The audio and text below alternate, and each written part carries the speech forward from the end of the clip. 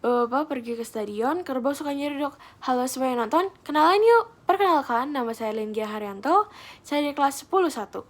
Pada video kali ini adalah video SLC saya mengenai 3 mata pelajaran yang saya ambil, yaitu sejarah, biologi, dan juga kimia.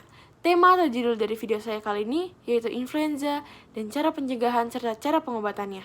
Sebelum saya masuk ke dalam isi materi yang akan saya bahas, saya akan memberitahu alasan mengapa saya mengambil materi influenza, serta cara pencegahan dan cara pengobatannya. Alasan saya mengambil materi influenza dan cara pencegahan serta cara pengobatannya adalah dikarenakan banyak orang sering terkena virus influenza. Dan juga virus influenza atau flu ini adalah sebuah penyakit yang sangat umum terjadi di Indonesia. Saya ingin membagikan informasi tentang cara pencegahan virus influenza dan cara pengobatan virus influenza agar kita semua terhindar dari virus influenza dan orang yang terkena virus influenza sendiri dapat sembuh lebih cepat. Pada video saya kali ini, saya memiliki tujuan pembelajaran. Yang pertama yaitu menjelaskan tentang sejarah virus influenza. Yang kedua yaitu menjelaskan serta memberitahu gejala-gejala atau tanda-tanda saat mengalami flu atau influenza. Kemudian cara pencegahan serta cara pengobatan flu atau influenza sendiri. Apa itu influenza? Influenza adalah sebuah penyakit yang mudah menular. Selain itu juga influenza ini adalah sebuah penyakit yang menyerang saluran pernafasan seperti hidung, tenggorokan, dan paru-paru kita. Bisa kalian lihat di sebelah kanan sini, terdapat sebuah gambar dari virus influenza sendiri. Hal yang akan saya bahas adalah sejarah dari virus influenza.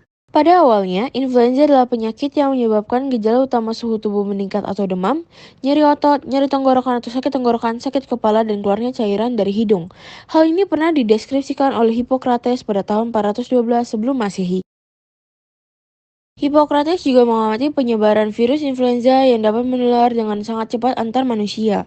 Sebelumnya, pada tahun 212 sebelum Masehi, penyakit ini telah digambarkan oleh sejarawan rohani yaitu Livy. Kemudian, pada abad ke-16, sekitar tahun 1510 hingga 1580, muncul wabah influenza yang terjadi di Jerman ketika memasuki musim dingin. Dalam kejadian inilah kemudian epidemi Eropa dinamakan dengan influenza. Influenza memiliki arti paparan dingin dalam bahasa Italia. Pada abad yang sama, John Keyes, seorang dokter yang sangat tersohor di Inggris, menjelaskan secara rinci mekanisme penanganan pasien flu.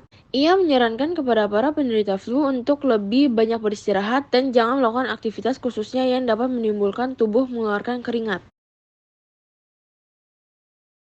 3 abad kemudian, pada tahun 1890, Jerman lagi-lagi mengalami wabah flu yang memaksa para ahli bekerja keras untuk memecahkan masalah ini. 2 tahun kemudian, Richard Pfeiffer, seorang ahli mikrobiologi asal Jerman, melakukan analisa penyebab penyakit yang melanda negaranya tersebut. Bisa dilihat di sebelah kanan sini terdapat foto dari Richard Pfeiffer sendiri. Ia melakukan isolasi pada bakteri dari sputum pasien yang disebut dengan nama Bacillus influenzae atau yang sekarang disebut dengan nama Haemophilus influenzae. Namun pada tahun 1918 hingga 1919, apa yang ditemukan oleh Richard mengenai Bacillus influenza dipecahkan karena Bacillus influenzae hanya terdeteksi pada beberapa pasien flu saja.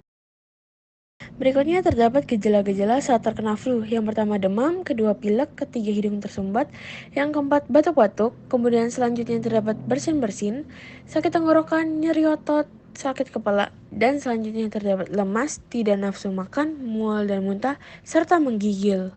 Ada beberapa cara untuk mencegah flu. Yang pertama, mencuci tangan menggunakan sabun. Kedua, makan makanan bergizi dan minum air yang cukup. Ketiga, istirahat. Kemudian selanjutnya terdapat olahraga. Yang kelima, membatasi menyentuh area wajah. Yang keenam, menggunakan masker. Kemudian selanjutnya terdapat melakukan vaksinasi influenza. Kedelapan, mengurangi kontak langsung dengan orang sakit dalam mengkonsumsi vitamin C. Berikutnya yaitu adalah cara pengobatan saat terkena influenza. Yang pertama, obat-obatan medis. Flu tidak dapat disembuhkan dengan antibiotik karena disebabkan oleh virus. Namun, ada beberapa obat yang bisa digunakan untuk meredakan gejala flu atau obat antivirus agar tidak terlalu lama mengalami flu. Ada beberapa pilihan obat untuk gejala flu, antara lain obat anti nyeri dan juga obat penurun panas seperti paracetamol, serta obat batuk seperti dekongestan. Berikutnya yaitu pengobatan alami. Selain menggunakan obat-obatan medis, kita juga dapat menggunakan pengobatan flu secara alami yang sederhana, seperti menghirup uap hangat atau menggunakan minyak esensial. Yang berikutnya adalah mengonsumsi vitamin C. Menjelaskan alasan mengapa harus mengonsumsi vitamin C saat terkena flu, saya akan membahas pengertian vitamin C sendiri. Vitamin C adalah salah satu jenis vitamin yang larut dalam air dan memiliki peranan penting dalam menangkal berbagai penyakit. Vitamin ini juga dikenal dengan nama kimia dari bentuk utamanya, yaitu asam askorbat. Apa itu asam askorbat? Asam askorbat adalah salah satu senyawa kimia yang disebut dengan vitamin C selain dari asam dehidroaskorbat.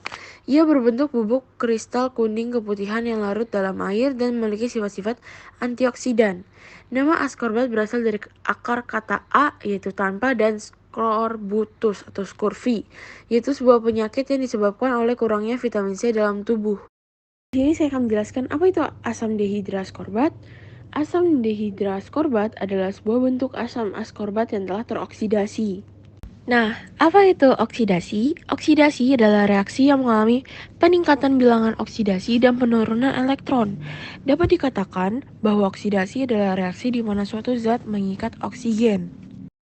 Jadi bisa dikatakan bahwa asam dehidraskorbat sendiri adalah bentuk asam askorbat yang telah terikat dengan molekul oksigen.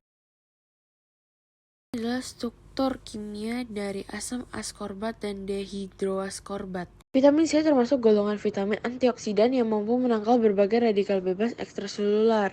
Alasan saat kita mengalami influenza kita harus mengonsumsi vitamin C atau sebuah suplemen vitamin C untuk mencegah dan mengobati flu dikarenakan sebuah penelitian di tahun 1007 menunjukkan bahwa suplemen vitamin C serta vitamin C mampu mencegah dan mengobati flu. Jadi, kesimpulan pada video saya pada hari ini adalah influenza adalah sebuah penyakit yang sangat mudah menular, sehingga kita harus menjaga kesehatan dan kebersihan tubuh kita. Terhindar dari virus influenza sendiri. Ini adalah daftar pustaka saya. Demikian video saya pada hari ini.